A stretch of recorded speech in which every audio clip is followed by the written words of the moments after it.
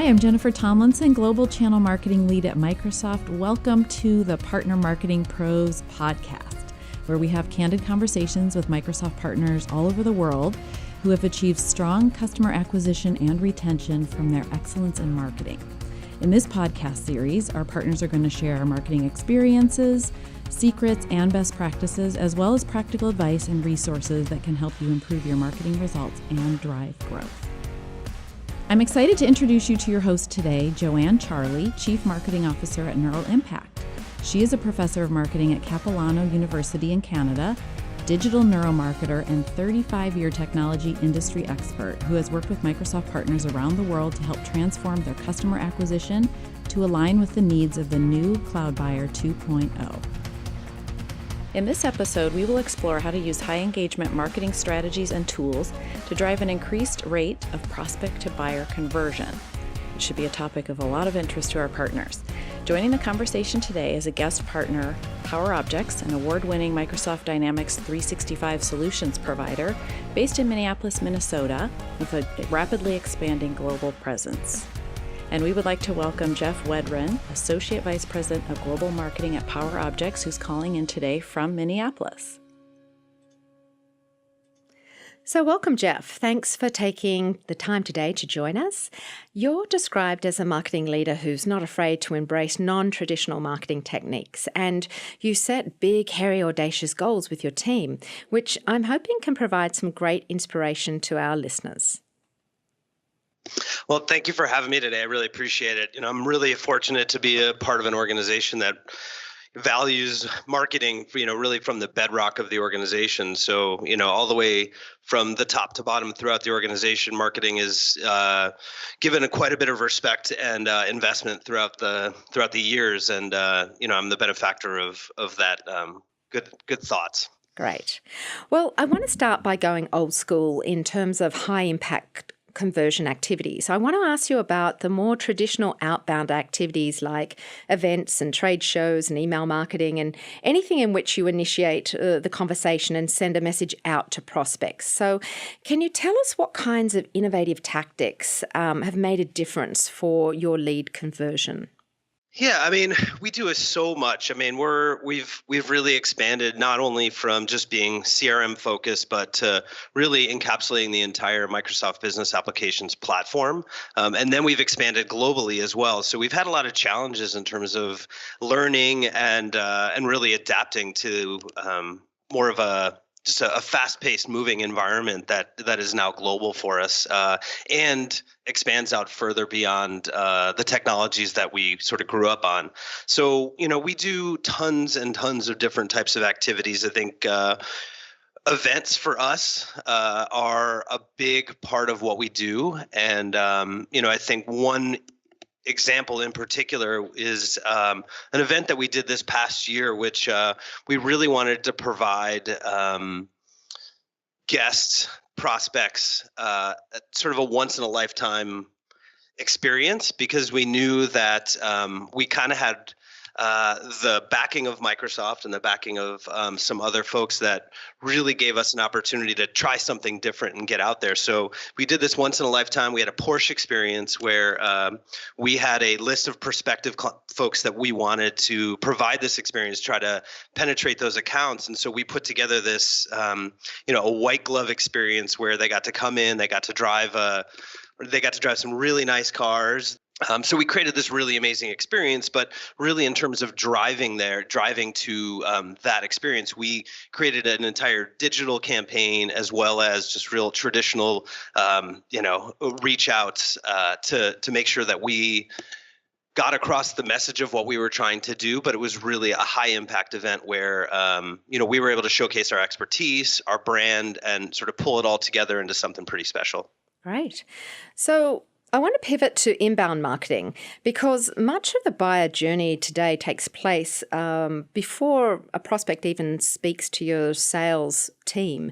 So content has to really speak for itself, and it has to engage quickly and guide the prospect through a buying process. And over 90% of buyers today prefer more interactive and visually captivating content.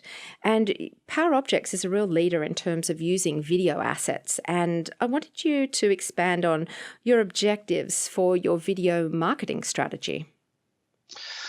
Well, we're all in on video. I mean, we've spent quite a bit of time, energy, and resources to make sure that we had a pretty good understanding of what we were getting ourselves into and what the capacity and capabilities of what video could do for us. But it wasn't always like that. We started out quick and dirty, just creating really easy to produce videos that were done on phones, but they had a very targeted and specific message. So we knew that we had to test the market and sort of see how people were consuming content. B2B content, we didn't really have a lot to go off of when we started this. It's been a bunch of years now since we started this or have gone down this journey. But since our initial excitement about and the proving of the concept around video for us, we've produced over 150 videos.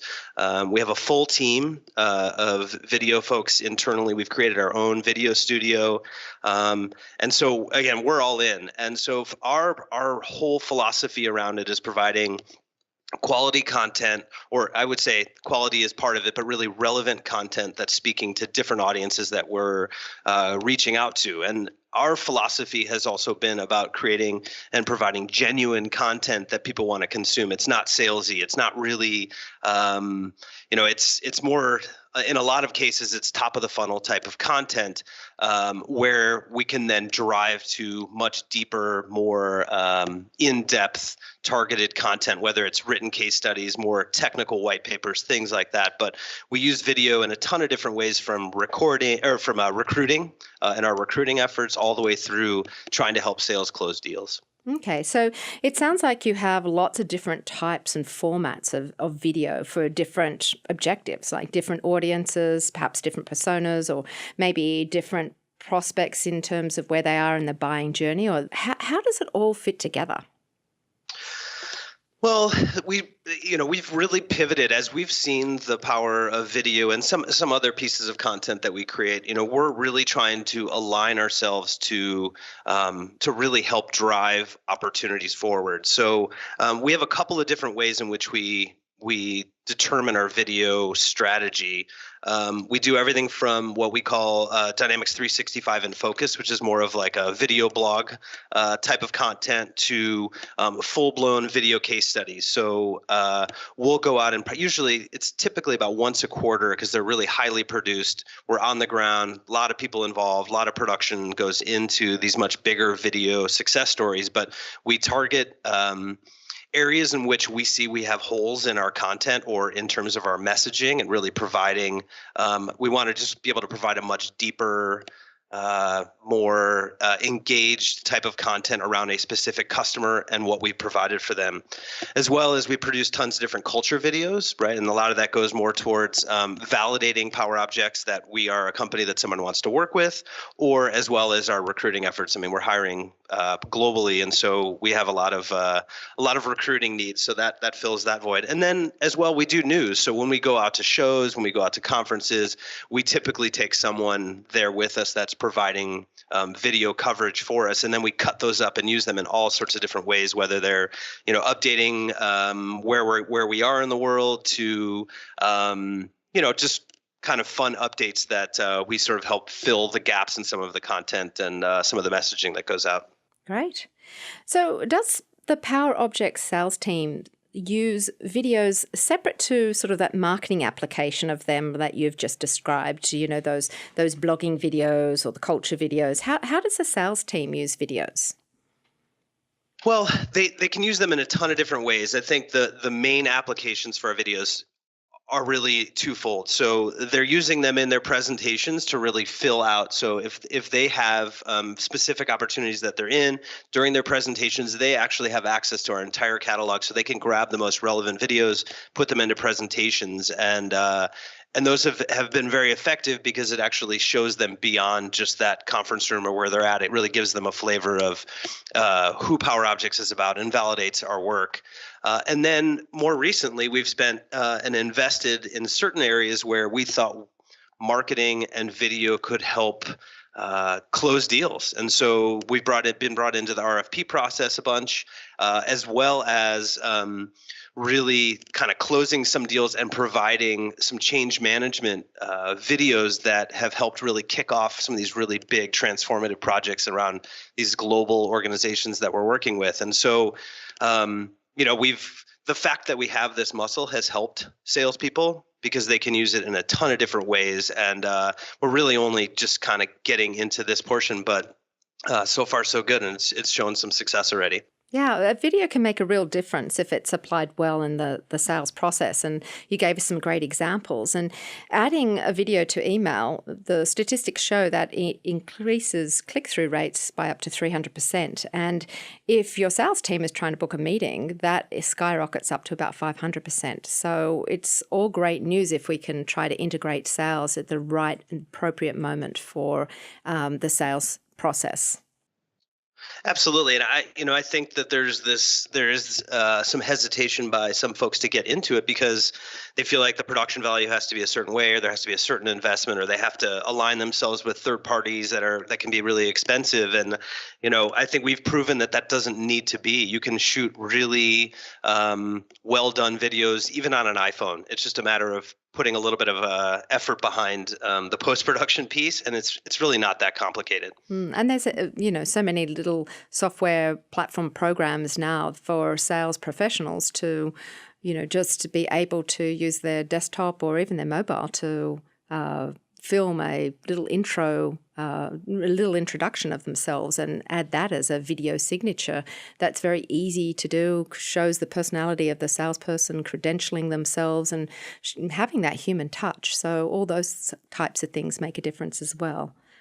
It does. I would agree with that. And I think the overall way that people want to consume content has changed significantly. People are busy. They don't want to spend the time necessarily doing a ton of research, but if you can provide something up front that at least just gives them a glimpse that's a little more human, it can go a long way. Yeah, and this is the engagement that we want as early as possible to bias and propel them along a journey. So if you can capture them in that first 30 seconds rather than hoping that they read your long-form content, it's an advantage. So what's your video distribution strategy in terms of determining which, digital or social platforms that you post your video on? So as I was saying before, I think that we have a pretty diverse content strategy. So depending on where it falls within our strategy, we're going to use different platforms. So Facebook for us is really about recruiting. I think that there are other applications for us, but we're really heavy in recruiting around Facebook. It focuses our culture, and really the recruiting team is pretty savvy, and they've spent a lot of time making sure that they have a well built out strategy around that. And then obviously as a marketing team, we're there to support it. YouTube, obviously, as a pretty large search engine, has become more and more important for us. But for us, we don't necessarily put all of our full-blown videos out there. A lot of times we'll cut them up into smaller chunks, teaser videos that are leading to bigger campaigns where the full featured video is presented. It might be gated, so we might have web forms in front of them in order to capture some information. Bunch of different strategies that go around YouTube, but we're realizing more and more. I mean, it's been very obvious, but we're pretty protective of our content. So sometimes putting it on YouTube has been a little scary, but we're realizing that it is a really powerful medium that we need to embrace more and more. Twitter and Instagram we have a pretty large following on both of those, and so for us, that content again is really teaser content that leads them back in. But we have very specific folks that follow us on those channels, so we can we can execute specific campaigns around that and around those social media platforms because we have a pretty good sense of who our audience is there. But LinkedIn has become a more and more important part of our strategy, mostly because we're working much closer with sales to help impact opportunities that are, somewhere in the process. So we might just be putting out validation content really early in the process, but then putting out very specific content later on as we sort of move through an account-based marketing strategy.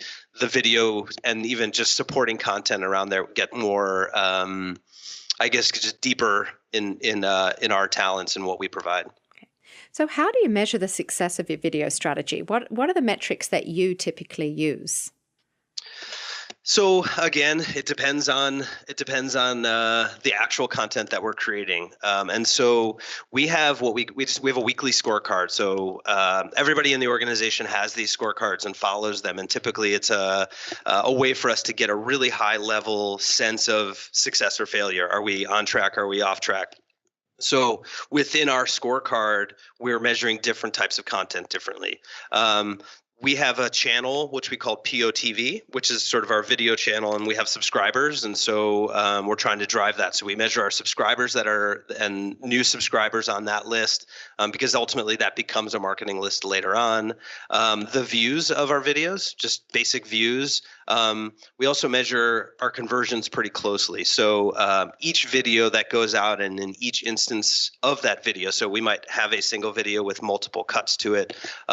We have very specific calls to action, and so we're tracking the conversions on those call to actions in a couple of different ways, depending on where we're either sending them to or bringing them from, as well as geographies. So as we've continued to grow globally, we've realized that different geographies are consuming content in different ways, especially video. And so we're tracking where those videos are being consumed geographically, as well as we have very specific and targeted featured videos. And so based on those topics, we will set different metrics, whether it's conversions, engagements, how long are they watching the videos, where are they drop off exactly.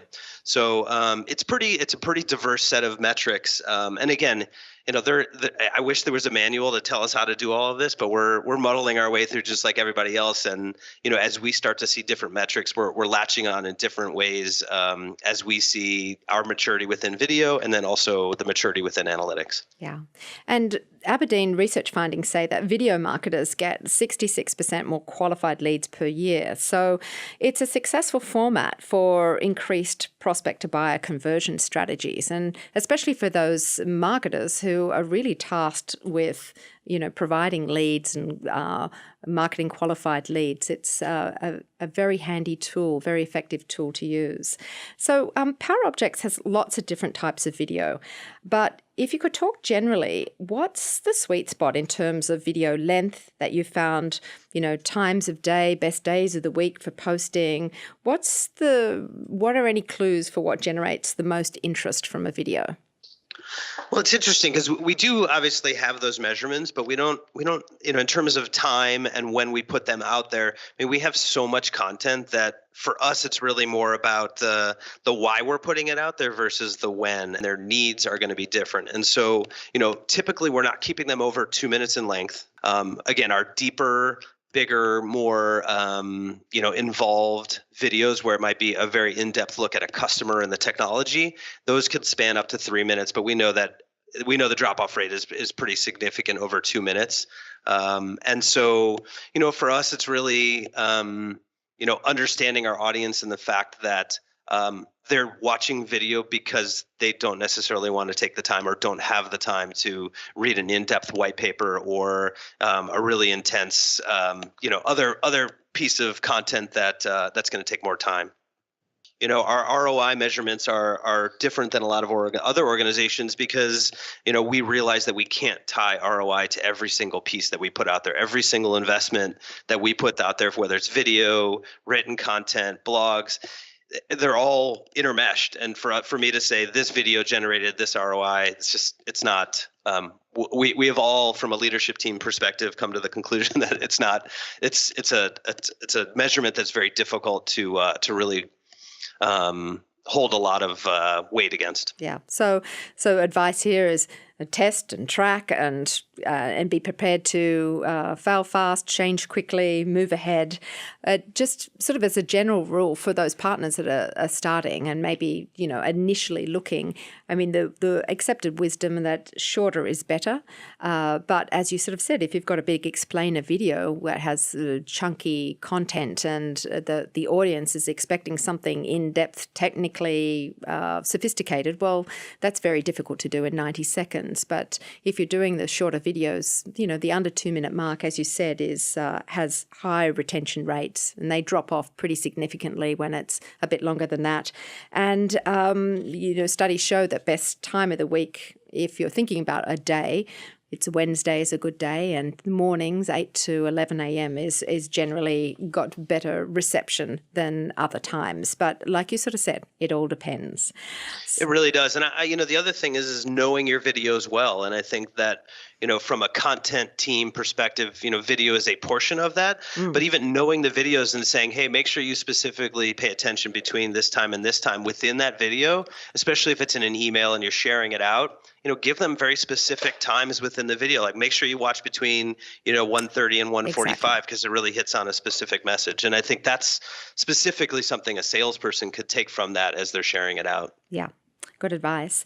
So while PowerObjects as a company is committed to and having great success from the video strategy, I want to introduce the other high engagement formats like audio and interactive. So when we're talking interactive, things like quizzes and calculators and generators and interactivity in those long form contents like white papers and books. So can you share your experiences with audio and interactive? Yeah, I mean, we've tested and played around with a lot of different types of marketing mechanisms in as you speak to. One of the things that we've noticed specifically is really understanding the audience. So if we're really going after sort of the small to mid-sized market, that content and what we're going to provide is going to be different than what we're sort of aiming at the enterprise. So, one example that we've had we had a ton of success around was a customer experience innovation campaign that we ran this past year. And, it takes a lot of time to build these out, but we've found a ton of success in terms of the engagement and sort of ultimately leading to some really great demand that came out of it. But this was a really well-rounded campaign. It was around customer experience innovation. Sort of the end game was to really drive people to a live webcast. So it wasn't, this was a video webinar format, but we actually brought someone in, then we produced it in our studio and had a live Q&A, that type of thing. So we were aiming towards something pretty big at the end. But throughout the process of this customer experience innovation campaign, we started with an interactive microsite. And within that site, we had interactive infographics based on some statistics that we were able to gather in different places. We produced a couple of videos that were part of that. We had some downloadable white papers. And then we also had a quiz. So are you ready to be a customer service superhero? And we kind of walked them through a quiz. And part of this was to make sure that obviously they were engaged, but we were talking about customer experience innovation. And so we wanted to sort of highlight that as the content and sort of show them very interactive pieces because, the customer experience right now needs that innovation requires innovation and interactivity. So each one of those pieces had a very specific part to the campaign. And by all measures, it was a successful campaign that we'll continue to do in the future. But the one caveat around this is it does take a lot of time, energy, and resources to do a lot of this. If it's going to be a big campaign like this, there are easier ways to do it if it's a pared down campaign. Yeah. And the beauty of interactive content is it's fundamentally a conversation that you're having. So along that conversation, when the prospect is interacting, you're getting a better understanding when they're answering those questions of their pains, their challenges, or even qualifying them, like you said, around customer experience. So it means that you can guide them more effectively than just simply leaving them to navigate and research and investigate on their own. And it helps you with your qualification. So what advice would you give to a partner listening today who isn't yet producing video or interactive content in terms of getting started? It's not as hard as you think. Don't be scared. I mean, I think video and sort of brand protection, I think that there is this mechanism from some marketers that it's just like, if we put this out there, I don't know, are we representing ourselves well? And I think that it shouldn't be as scary as some folks think. The capacity to produce quality video in this day and age is so easy. It just has to be a well thought out process before it actually goes out the door. The actual shooting and editing of it, it's not that difficult. It's just making sure that it's a cohesive story and that you're actually putting out something. The actual content that's behind the video needs to be something that is consumable. Yeah, it has to be useful and valuable, and it doesn't have to be perfect. You can still show your personality and your authenticity, and as human beings, that's what we gravitate to. Sometimes when you have something that's extremely highly polished and finished, you wonder whether you're being sold to rather than communicated to. I could not agree with you more. And I think that's where part of our learning curve has come in. We initially outsourced some pretty big videos and, spent the time to build out these plans and scripts. And, we had production people in and, we personally as an organization don't tend to play well with others. And so, at the end of the day, it wasn't actually what we wanted. It wasn't human. It didn't feel like us. And I think that, again, it did feel salesy at the end. And that's not what we were trying to get across. And so these short, quick videos that sort of show expertise, that show the human side of it, that kind of show that we're just as human as anybody else, that yes, we're part of a corporation, but we are a bunch of humans coming together to produce something here. It just has more legs, in my opinion. Yeah. So talking about playing with others, can you share how you've structured your marketing team and how much you budget for marketing? Yeah, I mean, we have grown and matured and tried a bunch of different ways in which to put this group together. So back in the day, it was me. And as we've continued to grow, we've added specialists. And so at this point in time, where we're now not just in North America anymore, but we're globally set up, we have several different teams, but we also have a leadership level within marketing. So we have two heads of go-to-market teams, one here in North America, one that kind of covers the rest of the world. So EMEA and APAC. We have a digital marketing team and a leader for that. We have an entire marketing operations team. So video, front-end development, back-end development. We have our own in-house copywriting. All of that stuff is part of operations and digital. And then lastly, we have our customer community, and this is really more around our reference program and how we're building out our customer stories and working with customers in order to, obviously take the successes that we've had and really put the customer out front to help us with that. We try to be as self-contained as we can as a marketing team, and I think that's something that I've held really dear, is that I don't want to be reliant on our technical folks in different parts of the organization in order to get things done. It has to happen fast. We have to be able to iterate and change as quickly as we possibly can, because the market's changing and we have opportunities that we need to take advantage of. So this whole team is really designed around being agile and self-sufficient. Right. And in terms of your budgeting, do you do it as a percentage of your top line revenue, or do you do it outcome based, or what's your approach? Do it at this point in time. We do it as a percentage of the company's revenue targets. It's a healthy number, and I'm very fortunate to be in a situation where it is valued that way. And I think that a lot of the activities that we do continue to prove out that model, and so those percentages continue to stay healthy because we know that it's a big part of the organization and really helps drive our sales. Great. Well, we've learned a lot about high engagement strategies with your events and video and interactive tools. So thanks so much, Jeff, for so generously sharing so much of what's been successful in marketing at PowerObjects.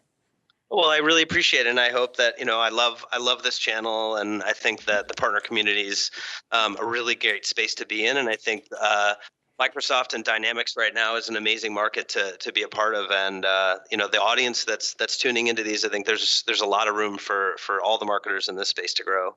Great, thanks so much, Jeff. Thank you.